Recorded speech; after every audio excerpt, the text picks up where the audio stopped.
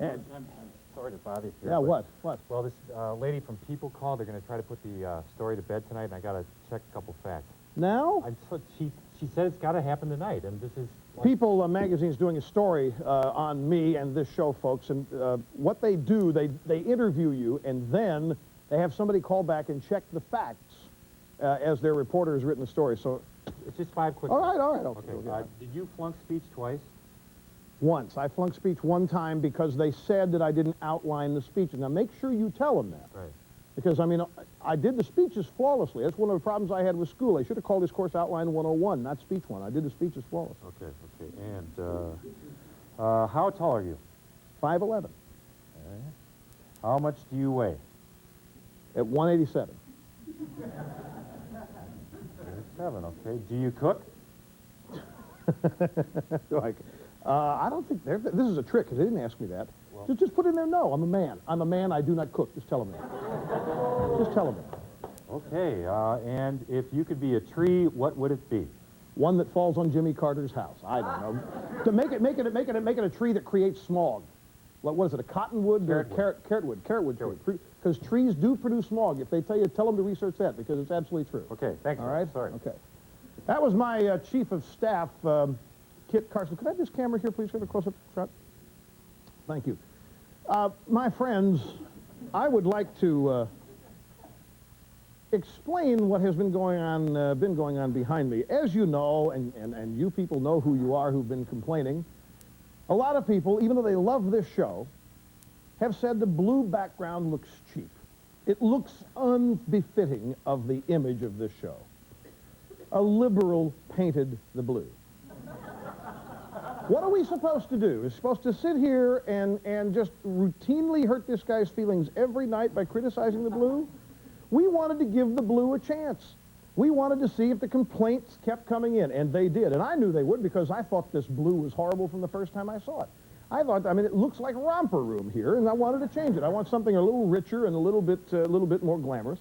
So we've got a new painter in here, and he's surveying the situation. You see we got the chairs draped in case any paint gets on anything. And we're just going to do this right in front of you just to show that we are concerned about your concerns. But I want you to remember that the guy who painted this right off the bat was a liberal, and we tried to spare his feelings. Now, there's one other thing. As you know, I seldom talk about myself. I'm a guy who tries to stay focused on the issues, but there comes a time when you have to stand up for yourself. Now, look at this picture. This is a picture of me taken 2 days ago with the President of the United States. I am pointing something out to the President. It's my hand right down there. But we've cropped the picture because this picture is one that ran in newspapers all across the fruited plain. From this picture, a caricaturist for the New York Post, who I think, based on this, is talentless, drew this caricature of me. Now, as you can see, this looks nothing like this. You can see my jawline. You can see the evidence that I have shed considerable weight. I have never looked like this. At my largest, I never looked like this. This will not do. We have flown in from Westchester County in New York at this show's expense one of the most talented caricaturists in the country, a guy named Russ Harvey. Russ, come on in. I want you to sit down. I want to just, come on in. Have a seat. Very quick. Where's Mike? Have a seat right over here, Have a seat right there. Is that my good side? Whatever your good side is, the show will find it. Now, you see this picture. Looks like Larry Flint. Larry Flint, and you see me. Now, look, That's what it looks like. well, it does, now that you mention it. Now, the question, though, is you're a caricaturist, right? Yes. You do political caricatures? Yes. You do. What is this guy's point? Is this guy trying to make a political statement of his opinion of me? Is this media bias, or is this just no talent? Is this just a lousy caricature? I think he has a hooted owl cousin or something. A hooted owl cousin. Well, what was it? Is it bias, or is it just? I don't think that he had your best interests in mind there. That's what I thought, and that's why we've brought you in. We want you to do a good caricature during this program. You've agreed to do it. Easel is set up right over there, and as this show goes on, you're going to do a caricature of me, and at the end of the show, if we have time, we'll show your work. If it's better than that, We'll send it to the New York Post and say he should hire you. I've already told him that. Okay, very good. Rest of tonight's show, Henry Kissinger has said about all that can be said on this missing in action controversy, folks, and we'll share with you tonight what he said, Ross Perot, and the grave danger posed by his potential return to the presidential race. And we have tonight a Slick Willie update. We'll introduce all of these things to you and paint the set when we come back. Here we are.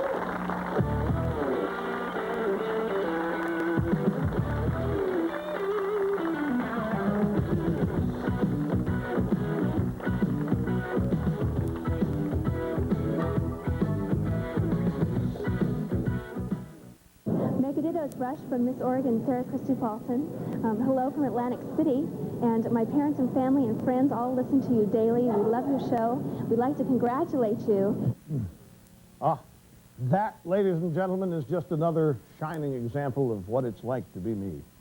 Now, we have prepared for you, we've been introducing little elements here every night this week. Some of them have been works in progress. I am happy to, Joe, could you keep it just a little quiet over there? I mean, I know you got to do your job, but I mean, I hear this squeaking and stuff, it's distracting. What color are you painting in it? Can I check and see what? Yes, would you sir. paint something just so I can see? Can we get a shot of this color? Would you guys mind if I? It might squeak. That's all right since I'm over here. Here, no. Oh, over here? Paint it here. Right. Okay, all right. Now, wait, let me go to the monitor. Put it up here where I can see it. So I'm watching at home, which is actually what I'm doing. Put it on a big monitor here. Turner, can you put it on that mic? Can you put that swatch of the wall on that monitor? You think that's dark enough, folks? You think that's dark enough? We'll give it a shot. I mean, we'll do whatever it takes to erase the mistake of a liberal painter. Now, Joe, if you keep it quiet over there, I'd appreciate it. I know you got to do your job. Okay, thank you. You bet. Where we got this? I didn't have any. Looks good. Okay, as I was saying, we have a work of art finished, not in progress. The feminist update that we've been showing you the past couple of nights, in progress.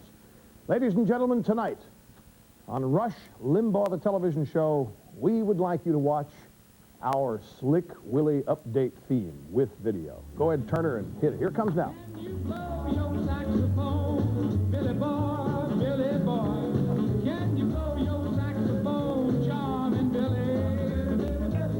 I can blow my saxophone, but sometimes I blow it wrong. But I'm a young man and I can't leave my mother. Did you see Hillary in that picture? Billy boy, Billy boy. Can you ride motor scooter, charming Billy? Back and forth, can't make up his mind which way he wants to go. The same with that car. Keep showing that, keep showing. See, there he is, folks. That's what it looks like when Bill Clinton gets close to a selective service office.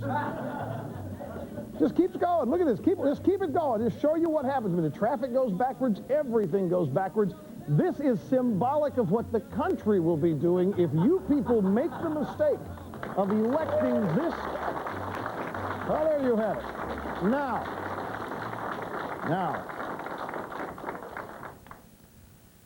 this is not a pleasant task. This is not something that I relish, not something I look forward to. My friends, it is time for horrible, disastrous economic news. I like to keep this show on an upbeat tone, but it's not possible with the news that hit this week. Housing starts. See that arrow? Can you read that, ladies and gentlemen? Housing starts are up 10.4%. Let me give you the details here.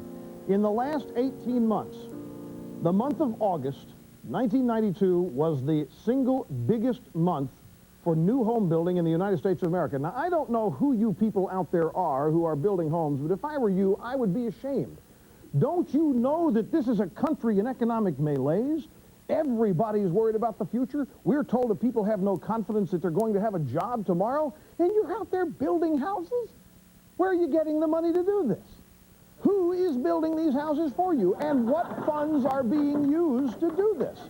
And what are the quality of these houses that are being built with whoever you're hiring to build these homes? Now, I want to know, how can this be? How can these figures be so positive when everything's so negative? I swear, I think you're supposed to be understanding of all the pain and suffering that exists in the country today. You people are out there building houses and buying homes. I think that, my friends, that you ought to be a little bit more understanding and compassionate of your fellow man. You're probably building big houses, too. I'll bet you some of you are building houses with more than one car for garage, or one car garage homes. That means you must have more than one car, too. I don't know where you're getting the money, but clearly it can't be from anything you're doing in this country, because this country is out of opportunity, right? You never hear the good news, but you do on this show if we present it to you, nevertheless, in a kind of skewed way to make our point. Now, we also have a viewer video that we wanted to tie in with this segment here before we close it out. As you know, we let you send in video viewers to us, or video questions to us. The way to do this is just pretend that you're making a phone call, except have your camcorder running and send it in to us. And if they're good, if they're of sufficient video quality, we'll play them. We'd like to play one for you now, in fact. Take a look. Hawk and I were here on this Labor Day weekend discussing the upcoming presidential election and family values. And Paca, would you rather have Bill Clinton as your president or go to your kennel? He said, go to your kennel. He said, would you rather let Clinton or go to your kennel? Now, what's happening here? My friends, that dog, that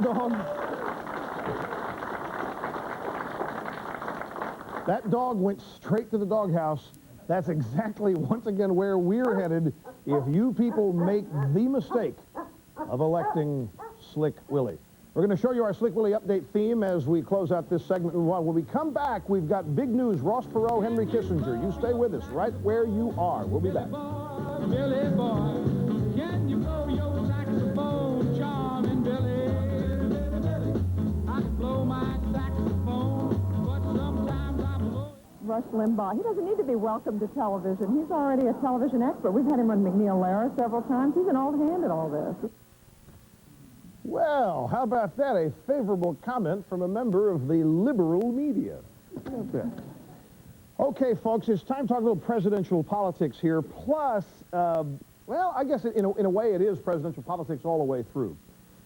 First off, Henry Kissinger testified before a Senate committee yesterday on this accusation that the United States, the Nixon administration officials particularly, purposely and with knowledge left behind American servicemen when we exited Vietnam in 1973. And the reason why we include Ross Perot in this is that Perot has been on this bandwagon for I don't know how many years, saying that he knows people who've seen servicemen alive, and that he's had all this information, he's testified to, and he's part of this movement that's been going for a long time that really ends up toying with the minds of the families of these people who are missing in action and so forth. And I guess that we shouldn't now be surprised when we watch Perot tinker with his future as to just how willing he is to toy with people. But I want to show you something interesting from Kissinger's testimony yesterday. If we could roll that, I have a comment for you after you watch it. Here's what Dr. Kissinger said yesterday before the Senate. Some prisoners may, I repeat, may, have been kept behind by our adversaries in violation of solemn commitments. No prisoners were left behind by the deliberate act or negligent omission of American officials. Anyone suggesting otherwise is playing a heartless game with the families of the MIAs. Now, the question has always been, did members of the Nixon administration knowingly and purposely leave American soldiers alive behind in Vietnam? Dr. Kissinger there just ended it. No matter what you think, no matter what your opinion is, here is one of the highest Nixon administration officials saying nobody knowingly left live servicemen behind. So now the onus for those who claim otherwise is to prove that whoever was in charge knowingly did it. That's going to be a very difficult thing to do. And I think the most salient point about this that Dr. Kissinger has made is that while he admits it may have happened, nobody knew it.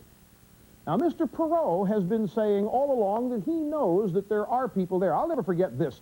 In 1986, Perot testified before a House subcommittee that was chaired by Stephen Solars. And he said to Chairman Solars, look, you're from New York. You're a good horse trader. You know how to trade for horses. You know what we want, and you know what to give to get it. And Congressman Solars said, Mr. Perot, I may know how to trade horses, but the North Vietnamese say they've not got anything that we want. I mean, there's nothing to trade. And Perot said, oh, yes, there is. I have friends who have seen these people. I've got the information. And Solars said, well, bring it forward. Let's see it. We'll subpoena your friends. And Perot said, no, I ain't going to play that way. You have to do it my way. I'm not going to bring them forth. They want to remain anonymous. And Solars said, we have no choice, Mr. Perot. We just can't let individual citizens run around defining U.S. government policy. So for 6 years, 86 to 92, till Perot's most recent testimony this summer, if he had knowledge, he sat on it. If he knew that there were servicemen alive in Vietnam, Laos, Cambodia, wherever, and allowed them to remain in prison alive simply because the U.S. government wouldn't go about getting them out his way, then what are his real intentions? And his real intentions are something I think it's incredibly difficult to ascertain. He's now toying with the idea of getting back into the race. It must mean that Bill Clinton is not doing things satisfactorily for him, because I don't care what you think, I don't care what you think Perot's motivation is, it's strictly to harm George Bush. I want to read to you portions of his statement when he quit back on July 16th. He said this, throughout this effort, we have said repeatedly that our objective is to improve our country, not disrupt the political process. Now that the Democratic Party has revitalized itself, I have concluded that we cannot win in November and that the election will be decided in the House of Representatives. Well, so what's wrong with that? That's in the Constitution, Mr. Perot. I mean, that's exactly what's supposed to happen. The House of Representatives is supposed to make the decision. He goes on. Since the House of Representatives does not pick the president until January, the new president will be unable to use the months of November and December to assemble the new government. Hey, if our problems are so severe, we're not going to solve them in 2 months anyway. Why not wait 2 months to get it right, Mr. Perot, if that means you being there? And then he wanted to say, I believe it would be disruptive for us to continue our program, since this program would obviously put it in the House of Representatives and be disruptive to the country and the states. So therefore, I will not become a candidate. Then last week on C-SPAN, and every day since on any other network, he has said this. If after we do everything we can to get the parties to face the issues, if they won't, if the volunteers said, it's a dirty job, but you got to do it, I belong to them. Now, what kind of fools does he think that we are? The volunteers have nothing to do with it. I have told you people repeatedly, those of you who are volunteers who think that you're in charge of what Ross Perot does, you have been the victims of one of the greatest psychological ploys in the history of American politics.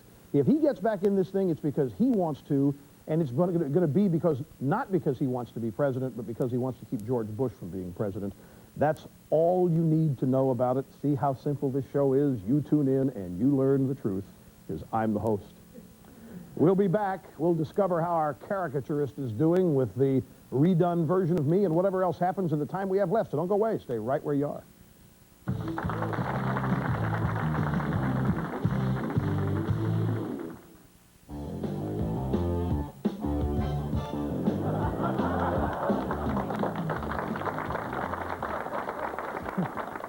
You know, we've only been on the air here, what, a week and a half, and we're already repeating bits. The blue dot. Well, that was the blue dot that's covering the caricature of me that Russ Harvey from Westchester, flown in for tonight's show, has been doing exclusively for me to counter this horrible caricature of me that appeared today in the New York Post. I'm going to look over my shoulder. All right, now, by the way, Russ, is this ready for me to take a look at? It's almost as ready as you are. All right, let's take a look at this. Now, oh, it's in color. Look at that. It's in color. We get a close-up of this Turner moving in. I think that this, my friend, I think we'll all have to agree here, this is absolutely a 150% improvement over what was in the New York Post today. That's absolutely, even Smiley, you got the chin and neck. I mean, it's absolutely flawless. Tremendous job. Thank you so much for coming in and doing that. We're going to send that to the New York Post. Can I tell you a funny story? right before we went on the air tonight, the caricatures for the New York Post, because I talked about this a little bit on the radio today. I didn't describe it in great detail. I just said that we were going to show you this on television tonight. And the guy said, hey, I love you. I'm a ditto head. I'm a big fan. Let me do it again. You blew it, pal. You got your one shot, and I mean, you do this stuff every day, and we wanted to get it right, and so we have. Thanks very much, Russ. Appreciate you doing it. Now, what do we have coming up on tomorrow's show? We really don't know because the news tomorrow has what? Joe, I'm hosting a television show here, one of the hottest television shows in the country. What do you? I need help. What do you need? What do you need? This desk out of the way, sir.